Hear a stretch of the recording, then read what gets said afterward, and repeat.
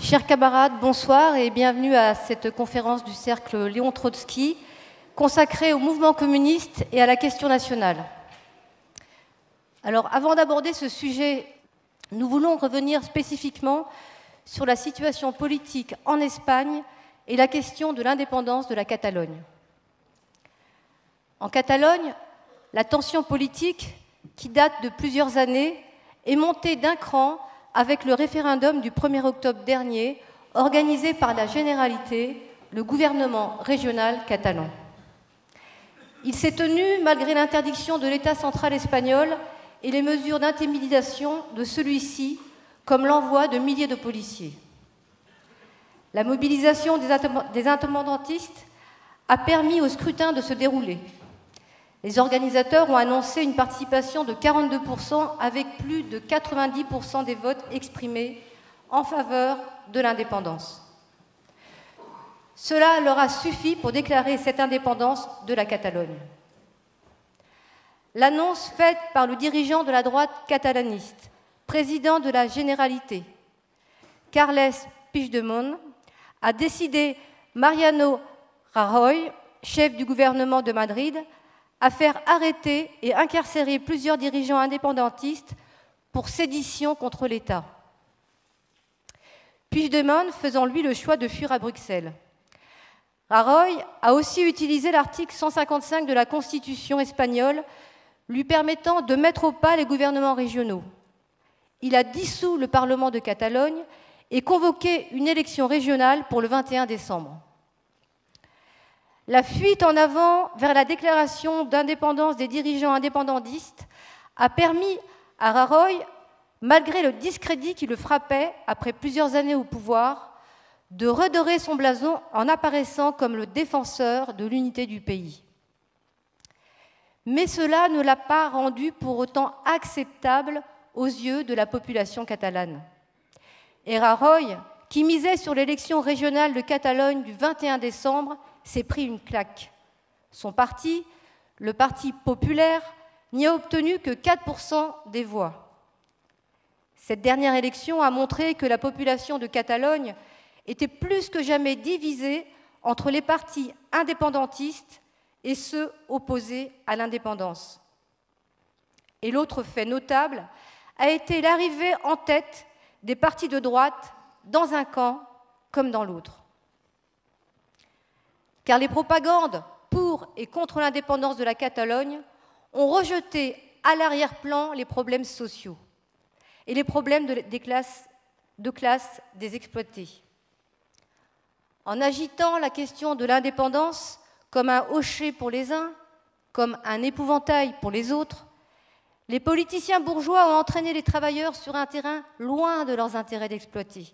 Et ils les ont poussés à choisir un camp bourgeois contre un autre, à se diviser entre travailleurs, au point que même au sein de bien des familles populaires, on ne se parle plus ou plus de la même manière. Il y a depuis 2010 une mobilisation importante et croissante de toute une partie de la population de Catalogne en faveur des idées séparatistes. Les imposantes manifestations répétées, les plus de 2 millions de voix exprimées en faveur de l'indépendance à l'occasion des référendums et lors des élections, et le développement des comités de défense de la République mis en place ces derniers mois en témoignent. Ce sont principalement des milieux petits bourgeois qui sont à l'initiative dans l'organisation de ces mobilisations. Évidemment, des milieux populaires y ont participé aussi, mais la classe ouvrière de Catalogne est restée, dans sa majorité, à l'écart de ces mobilisations. Le succès de ces mobilisations ne rend pas pour autant les idées séparatistes positives du point de vue des intérêts du prolétariat. La séparation de la Catalogne du reste de l'Espagne ne va pas dans le sens des intérêts des travailleurs, ni même dans le sens de l'avenir d'une économie mondialisée. Qu'est-ce que les travailleurs auraient à gagner à la séparation de la Catalogne du reste de l'Espagne ? En quoi une Catalogne indépendante renforcerait le camp et répondrait à leurs intérêts immédiats ? Ils seraient tout autant victimes du chômage, des bas salaires et des attaques patronales.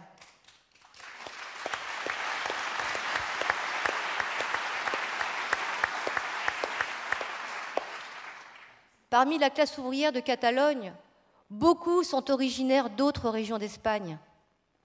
Sous le franquisme et après, il y a eu d'importantes vagues d'émigration interne à l'Espagne vers la Catalogne, notamment d'Andalousie et aussi d'ailleurs. Que signifierait l'indépendance de la Catalogne pour tous ceux qui ne sont pas catalans d'origine et qui ne parlent pas le catalan? Et il y en a beaucoup. Deviendraient-ils brusquement des étrangers chez eux? Et ce serait ça le progrès? La classe ouvrière de Catalogne est composée de longue date de travailleurs de toutes origines. D'ailleurs, espagnols ou pas, car venant de bien des régions d'Espagne et du monde, notamment du Maghreb. Elle a un riche passé de lutte de classe.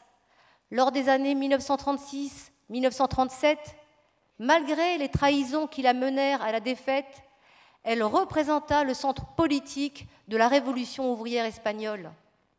C'est en tant que classe ouvrière consciente qu'elle put jouer ce rôle, en tant que camp uni des exploités, unis quelles que soient leurs origines, et unis aussi par leurs intérêts fondamentaux à tous les travailleurs des autres régions d'Espagne et au prolétariat international.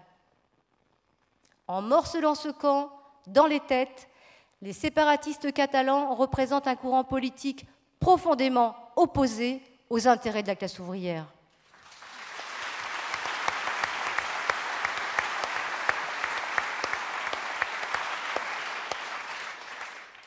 Dans une Russie tsariste qui était une véritable prison des peuples, Lénine affirmait la nécessité pour les communistes révolutionnaires d'inclure dans leur programme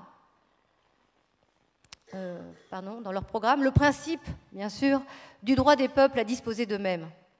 En même temps, conscient du fait qu'il pouvait être utilisé par des courants bourgeois pour mettre les exploités à la remorque, il précisait que le prolétariat, je le cite, prise par-dessus tout l'alliance des prolétaires de toutes les nations et apprécie sous l'angle de la lutte de classe des ouvriers toute revendication nationale, toute séparation nationale. C'est avec ce point de vue, celui des intérêts de classe du prolétariat, qu'il faut juger de ce qui se passe actuellement en Catalogne. Il y a à peine 10 ans, moins de 15% de la population de Catalogne revendiquait l'indépendance. L'essor de l'indépendantisme a été la conséquence de la crise économique et de l'écœurement de l'électorat vis-à-vis des partis qui se sont relayés au pouvoir à Madrid. L'indépendantisme a été en Catalogne la manière qu'a trouvé une partie de la population d'exprimer son opposition au pouvoir central espagnol et à Rajoy en particulier. La crise financière de 2008 et son contre-coup de 2012 ont eu des conséquences très dures en Espagne, avec l'éclatement de la bulle spéculative immobilière et ses effets dévastateurs. Le chômage a explosé et le niveau de vie des travailleurs a nettement reculé. Au niveau de l'État central et des régions, les autonomies, comme on dit en Espagne, les cures d'austérité ont été féroces. En Espagne, la centralisation n'a jamais été complètement enracinée. Les régionalismes catalans et basques en témoignent. Les régions ont une autonomie importante. La bagarre pour les budgets entre les cliques politiciennes locales et celles de l'État central ne pouvait qu'être exacerbée par la crise. Le gouvernement central n'a pas été le seul responsable de l'appauvrissement des classes populaires. En Catalogne, la droite régionaliste, à la tête de la Généralité depuis 2010, a pratiqué des coupes dans les budgets sociaux parmi les pires de toute l'Espagne. Sa politique anti-ouvrière et antisociale n'a rien eu à envier à celle menée par le gouvernement Rajoy.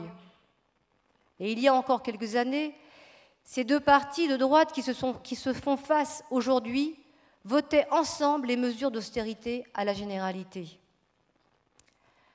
La droite catalaniste a voulu et su détourner à son profit le sentiment anti-Madrid, attisé par la crise, pour se maintenir au pouvoir en profitant de la montée de l'indépendantisme et en l'alimentant. Par exemple, en lançant des slogans comme « Madrid nous vole », alors que la Catalogne est une des régions les plus riches d'Espagne. Après sa rupture avec le Parti populaire, la droite catalaniste, pour trouver une autre majorité du gouvernement au Parlement catalan, est allée chercher de nouveaux alliés du côté de la gauche catalaniste, qui l'a accueilli à bras ouverts. Ensemble, ils ont mis en place le fameux procès, c'est-à-dire le processus en catalan vers l'indépendance, évoluant au rythme de leurs alliances et de leurs ruptures. Les dernières péripéties montrent que le feuilleton des rivalités entre tous ces partis bourgeois continue. Rajoy menaçant de maintenir la tutelle de l'État central sur la région de Puigdemont si Puigdemont était réélu à la tête de la Généralité. L'avenir de ces politiciens ne concerne pas les travailleurs, mais leur bras de fer alimente les divisions au sein de la population de l'ensemble du pays et du camp des exploités. L'extrême gauche française, dans sa très grande majorité, s'est enthousiasmée pour le mouvement indépendantiste radical, écrivant ce qui est des énormités pour des militants qui prétendent se revendiquer du camp des travailleurs et de son internationalisme. Faire gagner le peuple catalan participe à l'amélioration du rapport de force pour les classes populaires et pour mettre en grande difficulté les classes dominantes, disait une tribune du journal du NPA, signée, entre autres, par Olivier Besancenot. Cette tribune continuait, je cite, « Nous faisons la différence entre des mobilisations réactionnaires que nous combattons et celles qui reposent sur des aspirations démocratiques et sociales. La remontée du sentiment indépendantiste en Catalogne contre la monarchie réactionnaire et corrompue se fait à l'inverse de la logique d'extrême droite de la Ligue du Nord ou du Vlaams Belang. En affirmant qu'ils ne soutiennent évidemment pas les organisations régionalistes d'extrême droite, Olivier Besancenot et ses camarades justifient leur soutien de fait à des politiciens bourgeois régionalistes à la Puigdemont. Le rôle de ceux qui se revendiquent des idées révolutionnaires et des intérêts du prolétariat n'est pas d'apporter la moindre caution à ce qui est un piège politique pour les travailleurs. Il est au contraire de le dénoncer. Le rôle des révolutionnaires n'est pas de peindre en rose une évolution réactionnaire, même si elle entraîne l'adhésion d'une partie importante de la population. Il est au contraire de faire entendre la voix des intérêts de classe des exploités face à l'ivresse des nationalismes. Indépendance de la Catalogne, indépendance de l'Écosse, confrontation entre nationalistes wallons et flamands en Belgique, nous voyons ressurgir depuis plusieurs années et avec force des revendications séparatistes, y compris à l'intérieur d'États-nations anciennement constitués. Tout cela aux antipodes d'une évolution économique toujours plus mondialisée et où les régions de la planète sont devenues plus interdépendantes et où il faut à peine quelques heures d'avion pour traverser un continent. Mais si les exemples de la Catalogne ou de l'Écosse, surgissant à la faveur de la crise, sont l'expression d'un repli réactionnaire, d'autres questions nationales ont pu être à de nombreuses occasions des questions renfermant des potentialités révolutionnaires exceptionnelles, y compris dans un passé pas si lointain. Sans parler de la période des révolutions coloniales qui ont ébranlé les vieux impérialismes européens, ce fut aussi le cas du mouvement noir aux États-Unis dans les années 60, ou encore le cas du peuple palestinien au Proche-Orient après la Deuxième Guerre mondiale, jusqu'au moins la guerre civile qui embrasa le Liban dans les années 1970. Avec le mouvement noir américain, ce combat de centaines de milliers d'opprimés contre la ségrégation et l'oppression raciale, c'est toute l'oppression capitaliste dans sa principale citadelle que sont les États-Unis qui pouvait être remise en cause. Comme aurait pu l'être la domination impérialiste sur le Proche-Orient dans le cas du peuple palestinien. Nous voulons revenir sur ces problèmes, montrer le lien profond qui a relié la question nationale à celle de la révolution sociale, à de multiples reprises dans l'histoire, et ce qu'est le capital politique du courant communiste révolutionnaire sur ces sujets. Et sur ce sujet, je passe enfin la parole à Serge Benham.